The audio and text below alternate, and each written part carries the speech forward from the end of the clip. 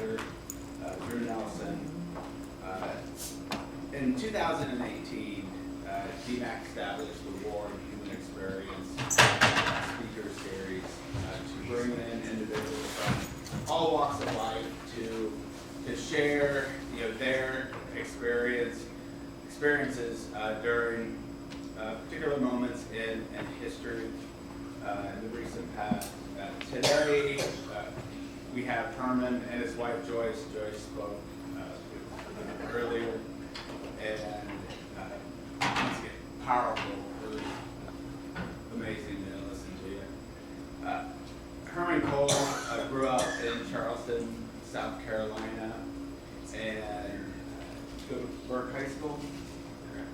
Went to Burke High School and went to Tuskegee Institute, where he studied architecture and also working at his future wife.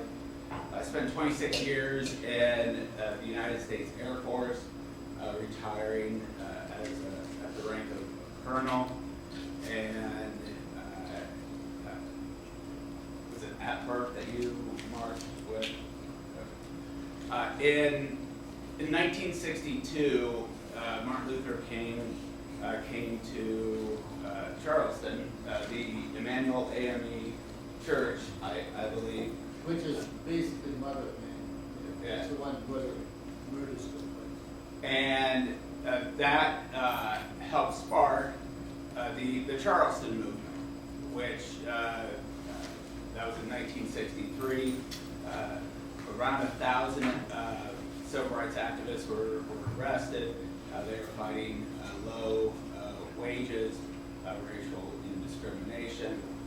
Eventually, winning out and city policies changing. And Herman will talk about that in a moment. One more thing. 2019, Herman helped establish the Humanity Task Force for Social Change, and that's based out of Florida, correct? So if we could give a round of applause for Herman, and I'll hand it over to him.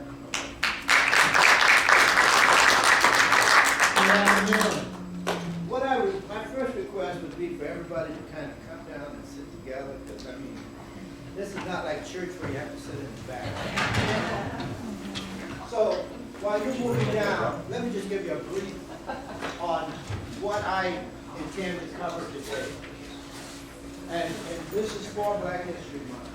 So the first topic that I want to cover is Tuskegee Airmen.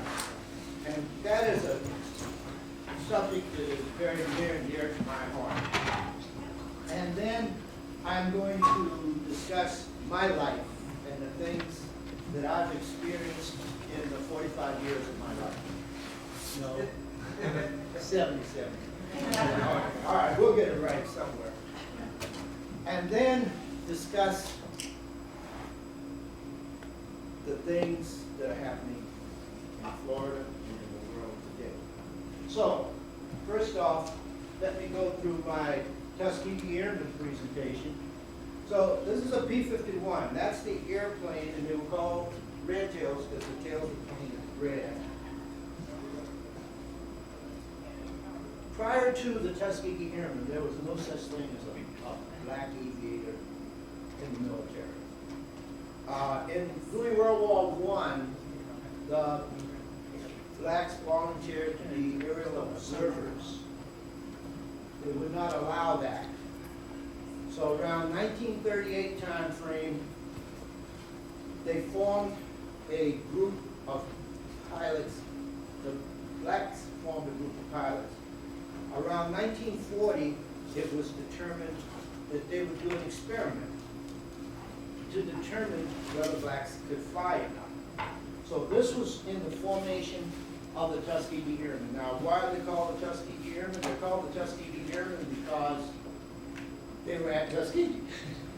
And the pilots were educated at Tuskegee University. So that's the correlation between Tuskegee University and the Tuskegee Airmen. And that's where it ends. Because Moulton Field was where the Tuskegee Airmen had as their base. But the education portion was at Tuskegee University. So this is Chief Alfred Anderson. He was he got his private, one of the first blacks to get their private pilot's license in 1936. Here you see him flying Eleanor Roosevelt. Eleanor Roosevelt came down to Tuskegee at the behest of her husband to see if blacks really knew how to fly. So Eleanor Roosevelt is Franklin Delano. I forget, I'm old and I understand this. Franklin Delano Roosevelt's wife. Yeah. So she walked around. If you've ever seen anybody, the movies, the Tuskegee Airmen movie, the first Tuskegee Airmen movie, depicts the fact that a military person took Eleanor Roosevelt out. Well, that was not true. Chief Alfred Anderson was the one who took her up. And when she went back and spoke to her husband, she said, these guys really know how to fly. Another little tidbit. This guy right here taught me how to fly. He was still the flight instructor at Tuskegee in the 60s when I was there.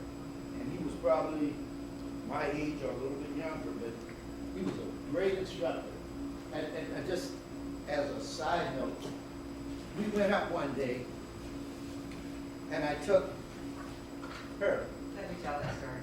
I am still pissed, right? It still affects me.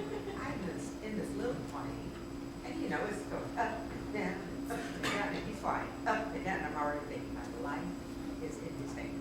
It is mine. And so my stomach started moving. You know how that happens when you're on a boat, or whatever. And so he says, "Oh, no problem. Herman, land the plane right over here and let Joyce relax for a few minutes." He stopped in the middle of Iowa. You know how, no, not really. We're in Alabama. But it was like being in Iowa. You know, plain, flat, and everything. Well, I sat there for about 45 minutes by myself in nothing for a little strip. And they come back to pick me up, and we get in the plane, and I bet you I hadn't been in there 10 minutes. I was so mad. Barf. Oh. All over the place. But that was my experience with her. But then when we landed, Chief Anderson went and got a bucket and a sponge. He said, "You mess it up, you clean it." She had to clean it up. But he was I never got sick again.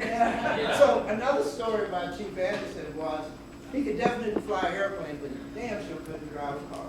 He had more car accidents than you could shake his finger at.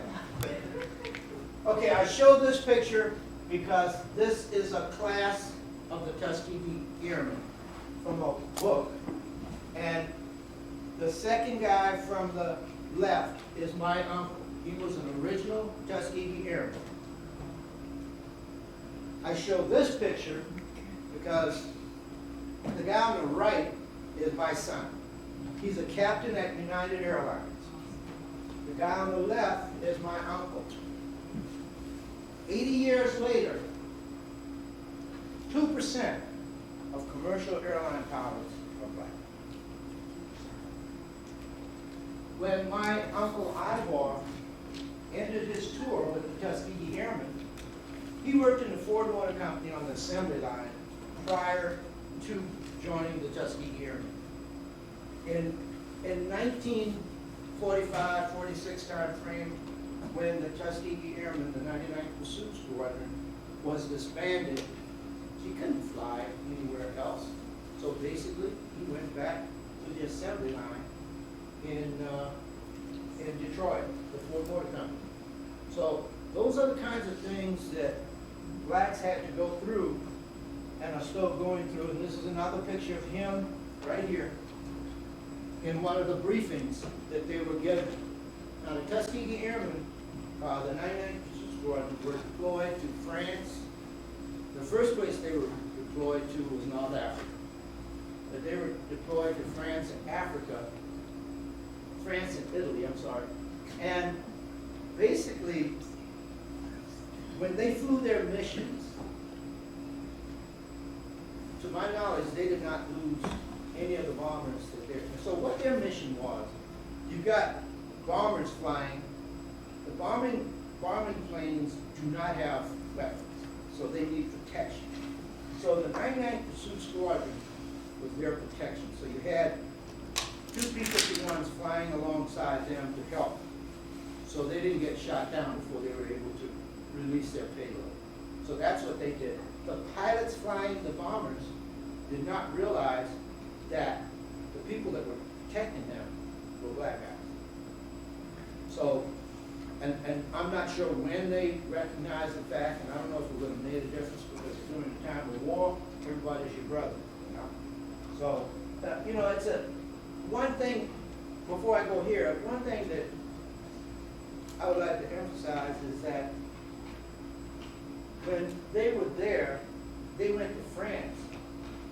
The white officers told all of the women, Parisian women, that the black guys had tails to keep them away. So these were the kinds of things that went around. Now, this guy, Lieutenant Colonel Joyce Knox, was a Tuskegee Airman. He was one of my ROTC instructors at Tuskegee.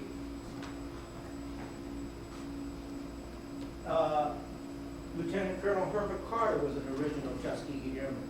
He was one of my ROTC instructors at Tuskegee. That's another picture of Chief Anderson. This is one of my classmates, and he was the first black ace in Vietnam. And you become an ace because you kill X number of MiGs. And he was an F-4 pilot. This is General Chappie James. General Chappie James graduated from Tuskegee. Well, that's a debate whether he graduated or not. We gave him an honorary degree. He was at Tuskegee. The story he tells is he was kicked out because Tuskegee wasn't ready for him. But he spoke at my commissioning, and he was he was like 6'3". This was one big dude, man. But when he talked, you listened. And he also commissioned me. That's when he was a colonel. And that's my first wife, Joyce. First, last, and always, right? And that's me as a second lieutenant. And that's General James. And he retired and unfortunately died about 2 years after he retired. Now, I show this, and I'm bragging about my son. My son was aircraft commander on Air Force 2 before he retired from the military. He spent 20 years in the Air Force. So this is when he retired back in 2012. That's his wife, his son, Mrs. Obama, and his two daughters, my son's daughters. These are pictures he flew Condoleezza Rice. And this picture was taken when President Biden first became elected as vice president. And Alex always tells, my son's name is Herman Cole III. He doesn't like Herman, so he goes by Alex. He said that the kind of guy that President Biden was, such a nice guy, he walked in the airplane and he turned to Alex and he said, you know, that bed back there is really hard. Do you think you can do anything about that? And Alex said, he turned and said, sir, you're the vice president, you do what the hell you want. So, let's see. Okay, this is also, now, anybody in this room can tell me why all of these pictures, this is an airline pilot magazine, this is my son. This is my son. This, you know, why is it that he's on these pictures? Because they're emphasizing the fact that there is equality in life. And like I said, there's only 2%. 2%. Less than 2%. Okay, now, what I want to do before I go into this is I'm going to talk about my life and the things that have happened in my life and the things that have affected me that brought me to where I am today. So, obviously I was raised in the segregated South. During my early childhood, I experienced the Ku Klux Klan coming in my neighborhood, burning crosses. Always felt like I was inferior to the white person. My father used to always tell me, son, you're going to have to be better than the white person to make it in this world. I never realized what he really meant by that, but eventually I did. So, when I entered high school, I started to get involved in the civil rights movement. And as was mentioned earlier, Martin Luther King came from Charleston. And I joined into working with the civil rights movement in marching. Just a little footnote on the side of that, my father forbade me from marching. He told me that I couldn't march. The rationale behind that was, my father was a plumber. His name, obviously the same as mine. Every time someone would get arrested, the names would appear in the newspaper. And he was saying, if his name, which is mine, appears in the newspaper, because he had a majority white clientele, he said, I'm going to have a job. But being a rambunctious 16-year-old, I did it anyway. Now, one of the things about marching with Martin Luther King is you had to sign a statement that no matter what happened to you during that march, whether somebody spat on you, whether somebody called you nigger, you did not react to it, you walked that straight line. If you reacted to it in a negative way, you never marched. So that's why his movement was the nonviolent movement. Because this is what he portrayed. These are the principles that he portrayed. So, let me revert back to 3rd grade. My aunt was a 3rd grade teacher. And this is, I'm talking 1950. She would take her 3rd grade class to Charleston Air Force Base. So I tagged along, and I went. Once we passed through that gate, it was almost like a revelation for me to see whites and blacks together, working in an environment. I saw black officers. I saw them, everybody being treated as equal. Everybody being treated as equal. So at a very early age, I recognized that I wanted to go in the Air Force because I wanted to feel that same type of equality. I wanted to feel that same type of kinship that I saw on that base. So I knew, and that stuck with me, that I wanted to go in the Air Force. So when I was in high school, we had black architect come to speak to us. And all of a sudden now I want architecture and I want Air Force. My high school, Burke High School, was separated from a military school called the Citadel by a fence. I could not attend the Citadel. I could not attend any of the majority universities in the South. So my choices were limited to schools, and how I limited that choice was Air Force ROTC, architecture. So there are 4 schools, 4 black schools, HBCUs, that offered that, Tuskegee being one, and lucky enough I got a scholarship to Tuskegee, which I only kept for a year because I didn't keep my grades up. I went to school at 17 with the wrong things in my mind. I thought college was supposed to be for partying. I didn't realize that I actually had to study. And as I told some other people, the only reason that I'm here and I'm not serving fries at McDonald's is because of her.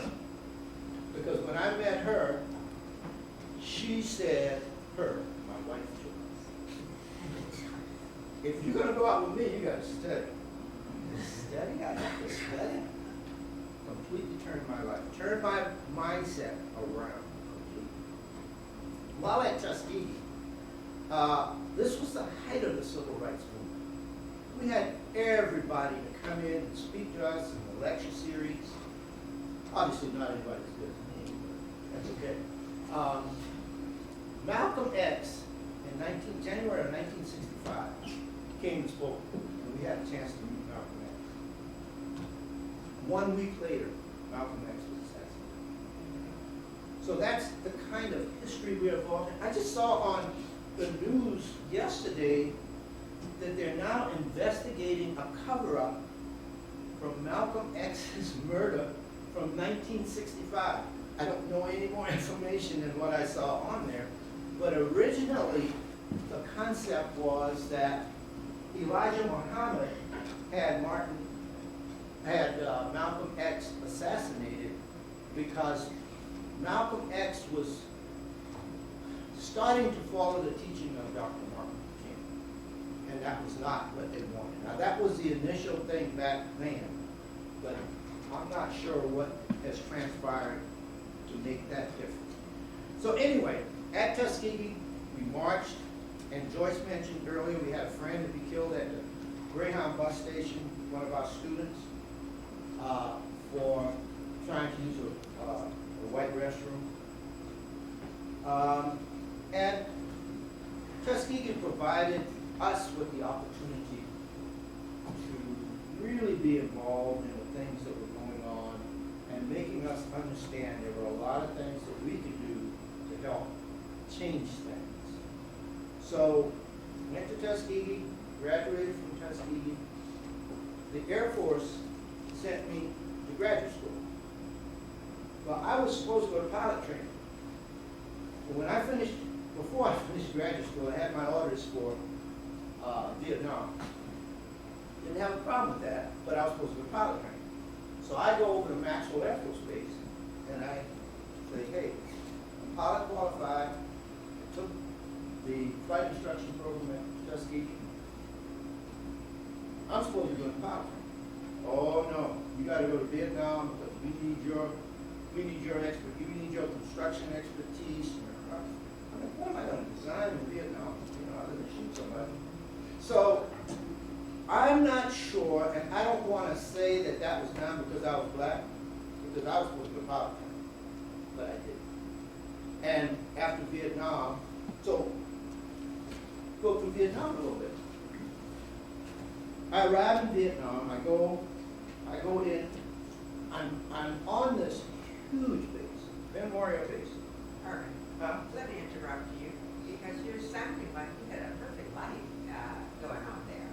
How many times did we go to a hotel and we couldn't get a room when I came to visit you in Montgomery? 1965. Was it Montgomery? No.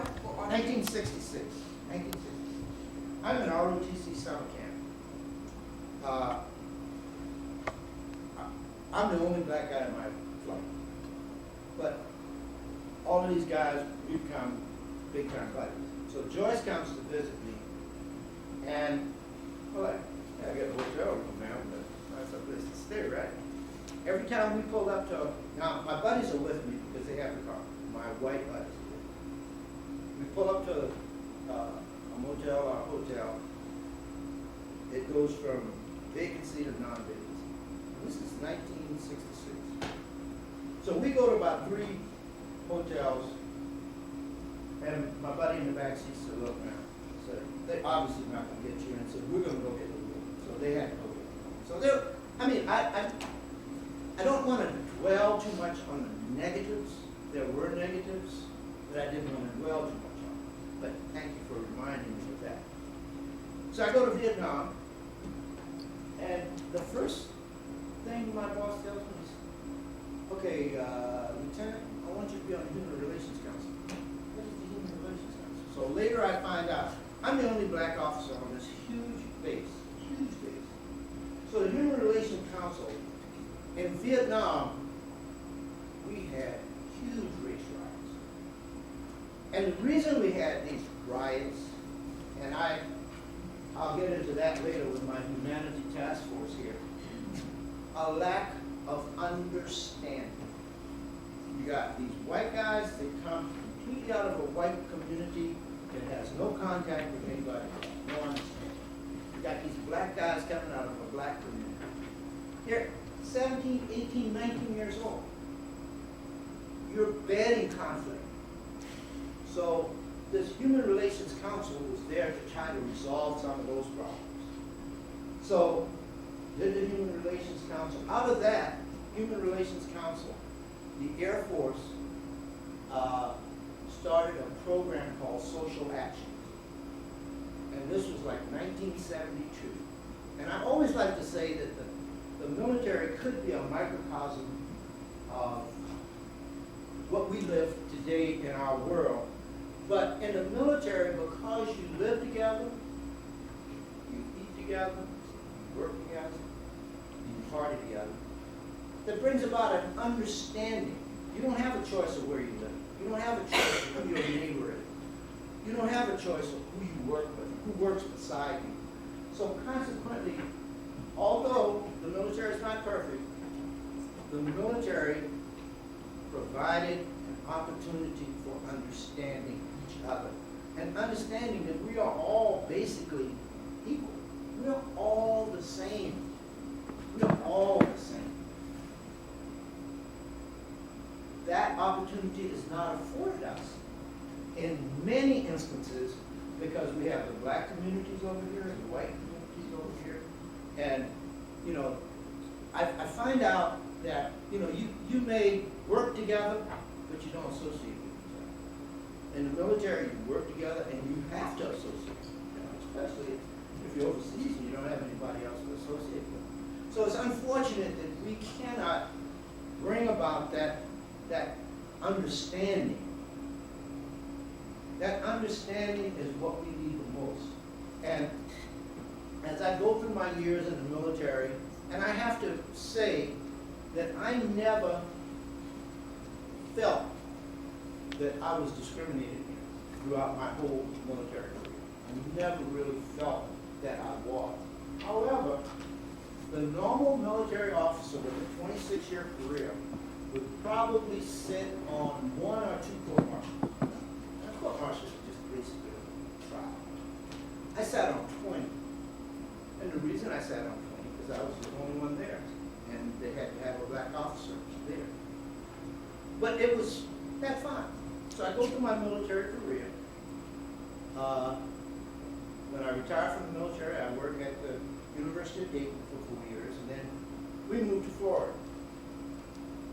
in '98.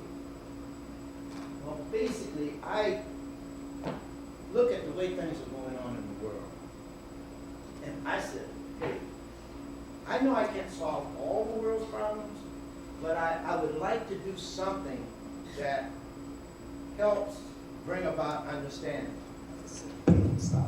This Vietnam veteran believes racism and violence is not stopping, so it was time to speak. Time to speak at City Council, and they gave me the time. After spending decades fighting for his country in the Air Force, Herman Cole is fighting a new fight, creating a humanity task force. And seeing the things that are going on in the world today project humanity into the whole racial divide that we have. The Humanity Task Force is comprised of 18 members of different races and age groups in hopes of reaching a wider audience. 9 white, 9 black, age ranges from 74 to 17. The task force is planning on speaking to anyone who wants to hear their message. We can take it to other places. I think we'll bring about a better understanding of the races. Cole says education can change the racial divide. It only takes one conversation to open someone's eyes about the painful past of the nation. Now that you know my feelings towards this, are you going to take the Confederate flag off of your car? And he said yes. For Cole, that one yes symbolizes hope. In Titusville, Crystal Knowles, We're all the same. Spectrum News. Okay, so that was the impetus behind me starting that. And since we started that, we've had numerous seminars. One of the one seminar we had was on critical race theory. And what I wanted to do with the critical race theory seminar is I didn't want a black person preaching about critical race theory. So I found a professor at Flagler University up in St. Augustine, and he came and gave a presentation on that, which was really a fantastic presentation. About a month ago, the Kellogg Foundation, 5 years ago, determined that a day of racial healing, and the day of racial healing is held on the Tuesday after Martin Luther King's birthday. So we had a seminar with over 100 people that attended, and it was well attended by both races. And the discussion was a very strong discussion. You know, sometimes we have to feel uncomfortable to feel comfortable. Sometimes we have to talk about situations and experiences that are uncomfortable for people to hear. And once you hear it, you may realize that it really is not that good. And I need to help. I need to get involved in that kind of stuff. So that's where I've come from there. Now what I want to, you know, on Black history, the father of Black history is Carter Woodson. And basically, he decided to do this because he felt that there was a lack of education on Black history. Now, why is Black History Month in February? Well, initially, somebody told me it's in February because it's the shortest month. But that wasn't the case. When he decided, and it was Black History Week initially, it was Black History Week. He decided on that because his two favorite people were born in February. Frederick Douglass was born on February 14th, and then Abraham Lincoln was born on February 12th. So that's why February was chosen as the month for Black History. But you know, this year, Black History Month will unfold alongside efforts in numerous states of ban the teaching of the content. They want to